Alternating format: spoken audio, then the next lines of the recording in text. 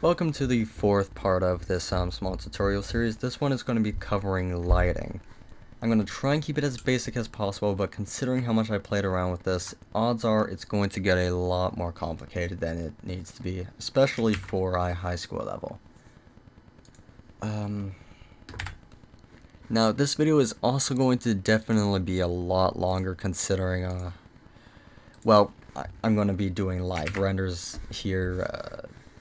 God, what the heck is going on? I don't know what it's doing there, but you can see that's lit on the inside. It's not actually casting shadows, so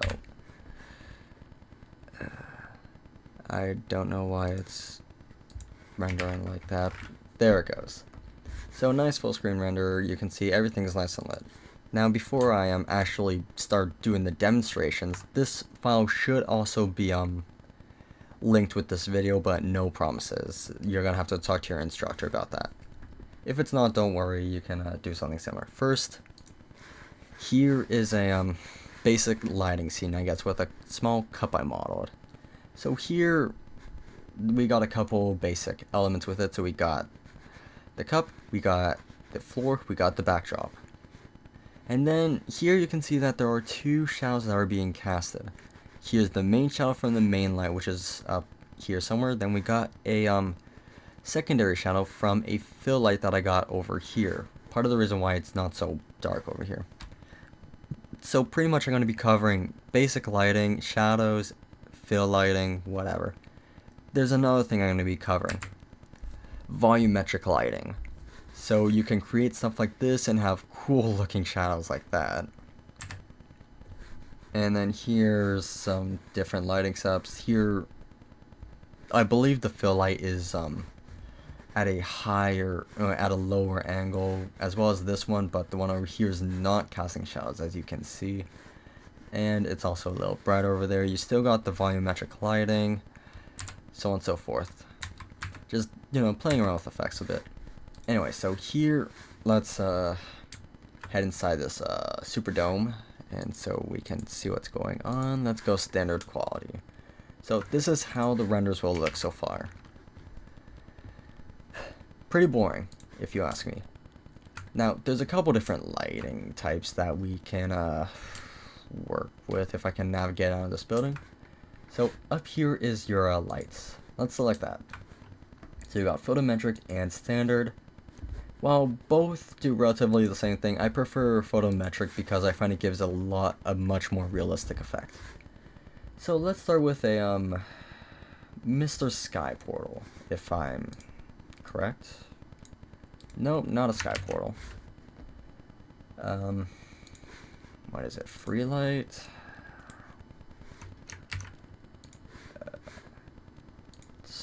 Bear with me for a moment. Skylight, here it is. Under standard objects, I'm just going to create a skylight and place that down here. So now if I render, you'll notice, hey, the box is lit up, and oh god, I can't see inside anymore. That is because currently shadows are not being cast. So let's cast shadows. I'm going to lower that down. Color's just fine. And I'm going to lower the multiplier, which will darken the light a little bit more. So let's render now. So here you can see that we can see inside as well as out here. So let's render, and renders will take a while because of, again, the work. And already here you can see, wait, I can't see inside. That is because of the shadows that are now being cast. So perfectly normal, it's going to happen. Now, so if you're working with a scene where you have a big object in the sky and you have a skylight like I do here, you're going to want to make sure you have lights within that object that are lighting everything else.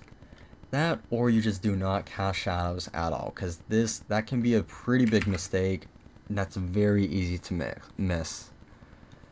So yeah, if you don't see your light, first make sure the light has shadows either enabled or disabled, whatever it is you're looking for. If you're using a skylight, make sure you have lights lighting the inside of the building or whatever. Simple things you can easily miss. And, well, renders are already starting to take a while, so I'm going to have to lower the quality and hope that Yeah, that's going much faster. So, what I'm going to be specifically covering here is, well, actually I already told you, never mind. So yeah, here we can see it's rendering, you can see the shadows are being cast inside there. Nothing you can see, so if I were to turn the skylight back, or turn cast shadows off, you'd be able to see in here just fine. God, that's actually really grainy. That, I don't know, don't worry about that graininess. When we head in there, that won't look like that. So now if I do a render, no more light, good to go. Now, I'm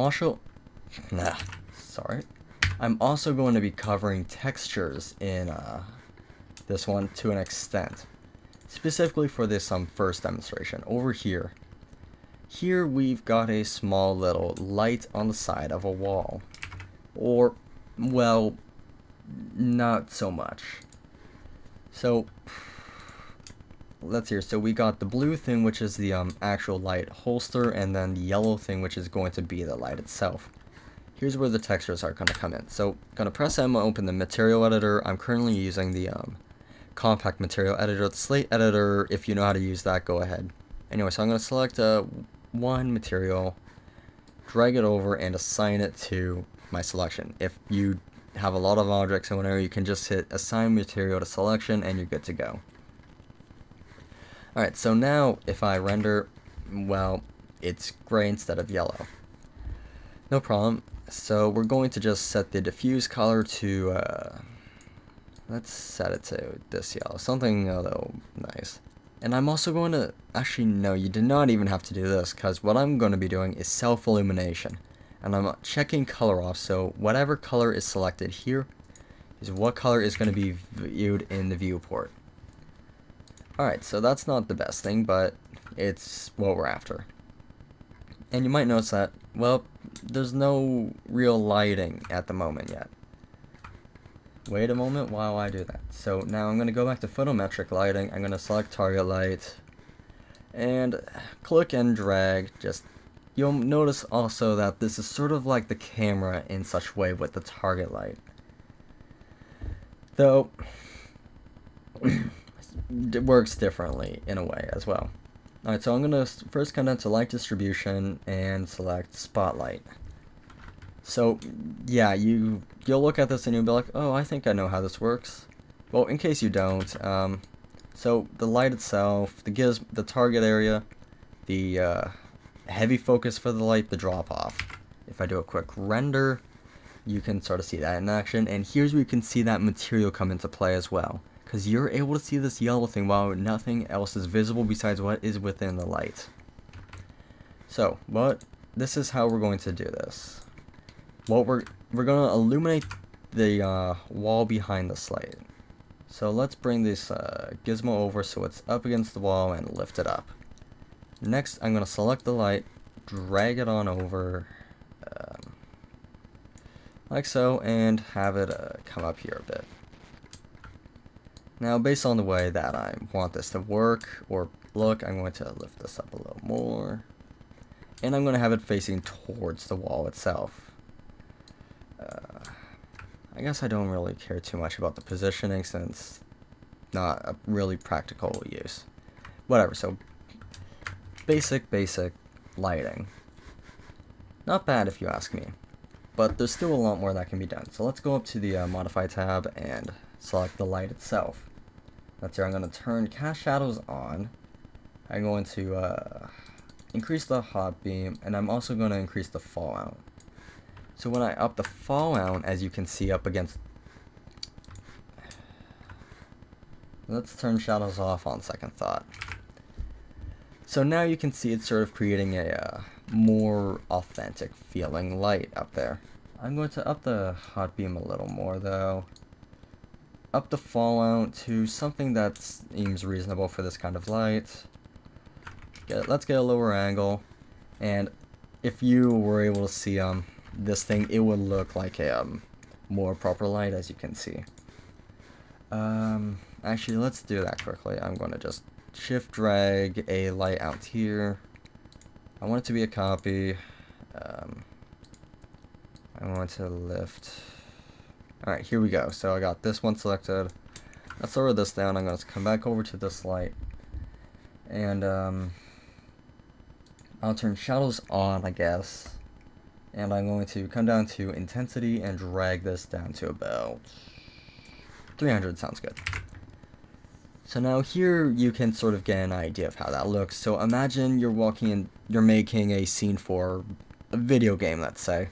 So there's going to be a lot of lighting in the room, and you might have a bunch of these on the wall. You'll walk into the room, and it'll look something like that, I guess. But yeah, you can see that it makes a pretty nice wall light for lighting up a scene, I guess you could say. So that's the first part. So what was that covering? The self-illumination, as well as the fall off and intensity and hot beam as well, I guess. Also, no, shadows are going to come next. So let's try and shift focus here over to the middle part of this room. So here we got a small little platform, don't know why I actually made that, and a small little pyramid. So let's go back over to the lights, create a photometric light, target light, gonna drag, alright, so it's already a spotlight. So let's break this over here, bring it up, and move that just behind the pyramid. Yeah, do a quick render. You can see the light goes right through that is because I do not have any, I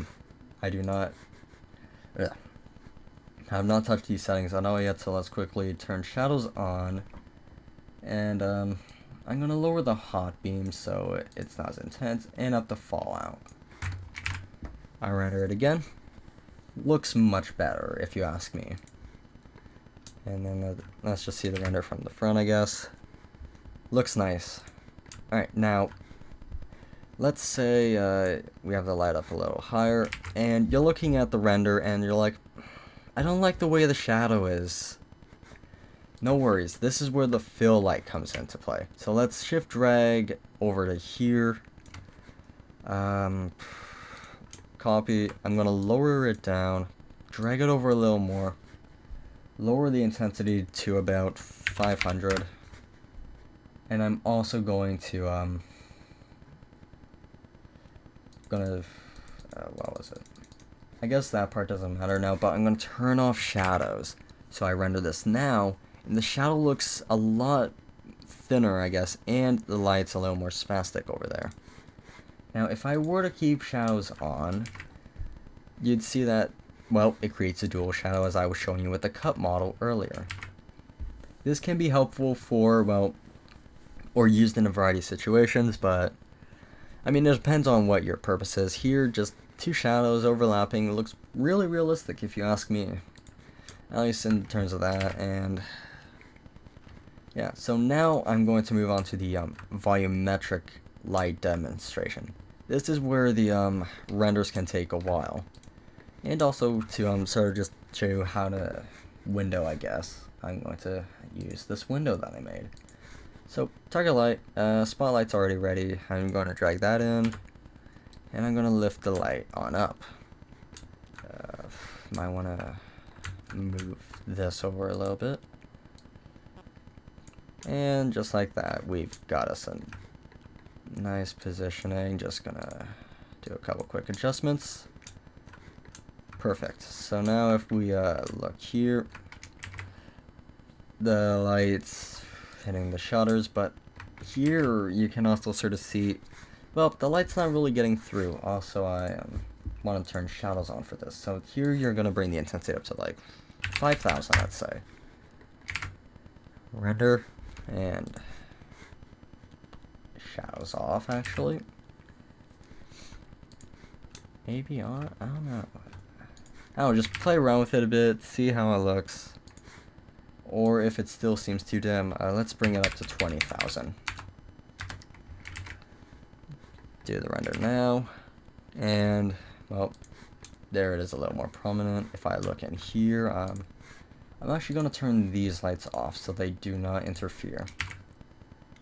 So, yeah, there you can see it's just shining against the wall inside, and on the interior here, it's shining, well, on the inside as you'd probably want with a window. Yeah, that's a good start.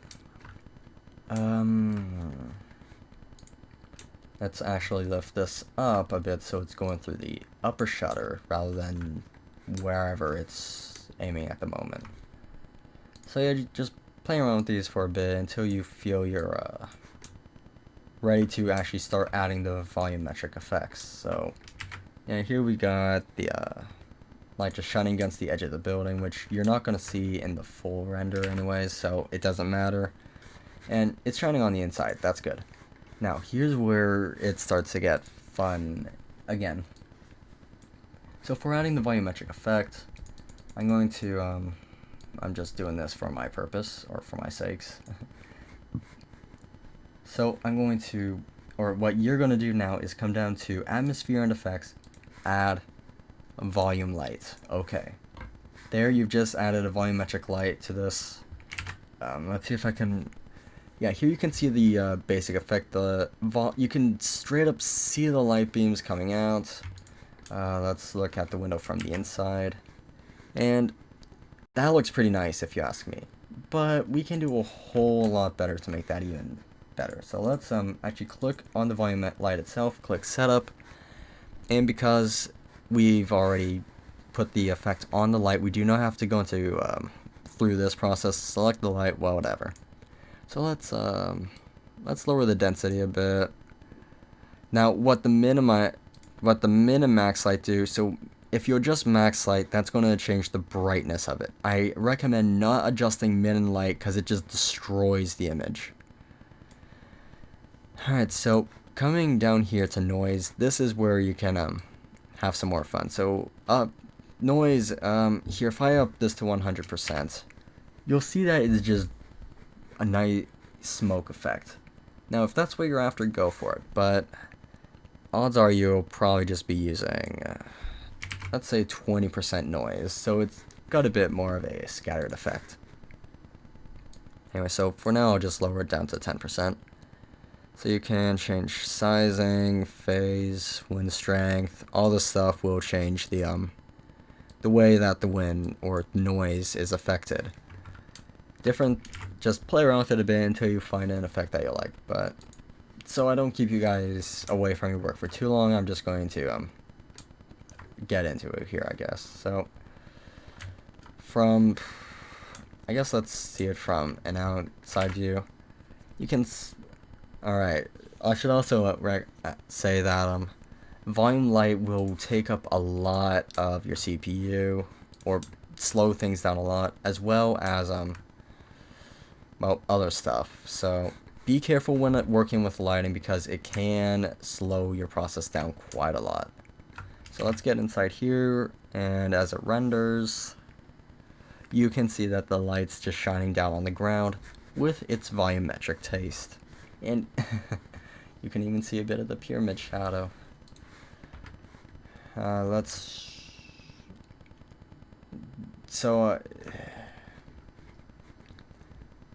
Now, another thing, if you're working inside of a closed space, it can get very, very annoying, so I'm just going to place a camera down here.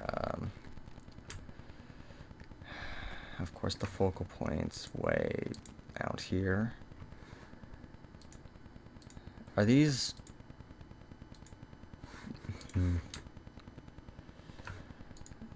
some difficulties, I guess, again. Whatever. As you guys might have seen from the previous part, I'm no stranger to technical issues. So let's just rotate. That was interesting. So I guess which one of these is for the camera? There it is. So let's just... I have no idea why that's happening like this.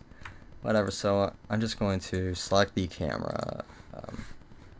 Let's up its field of view. And I'm just going to push it against the corner. Jeez. Hard to find the sweet spot where to grab the camera from. So let's go to the camera's view. If I do the render now, so we can see the wall light off in the distance, and look at the light just going through the shutter on the wall. Looks pretty nice if you ask me. Just play around with it a bit more, try and get the effects that you want. But this is pretty much basic lighting demonstration covering lighting, volumetric lighting, and, well, making practical lights. Like that wall one, I guess. Anyway, so play around with it a bit to your liking. You might find some other fun things to do. I'm just going to quickly, what is it? Yeah. So come back onto this light. Scroll down, volume light. Gonna go back to setup. And what I'm going to do here is actually just change the color to, let's say, pink. I render it now, and, well, you got a nice pink beam of light coming through. So if you're making a nighttime scene, or just having the sun sort of, or not sun, but let's say the moon, you might want to have it more of a violet, probably a bit like, sort of a purple tint like this. Let's render it. And yeah, that looks a lot more like what you'd see in a night sky. So yeah, that's some basic lighting tips, as well as getting to a lot more of the advanced lighting stuff, but this is only the tip of the iceberg when it comes to lighting, so just start playing around with stuff and you'll find things that work, some things that don't. It's up to you. Anyway, so I hope you enjoyed part 4, and if there's part 5, I do not know what it will be covering. Anyways, have fun exploring 3DS and make some cool projects.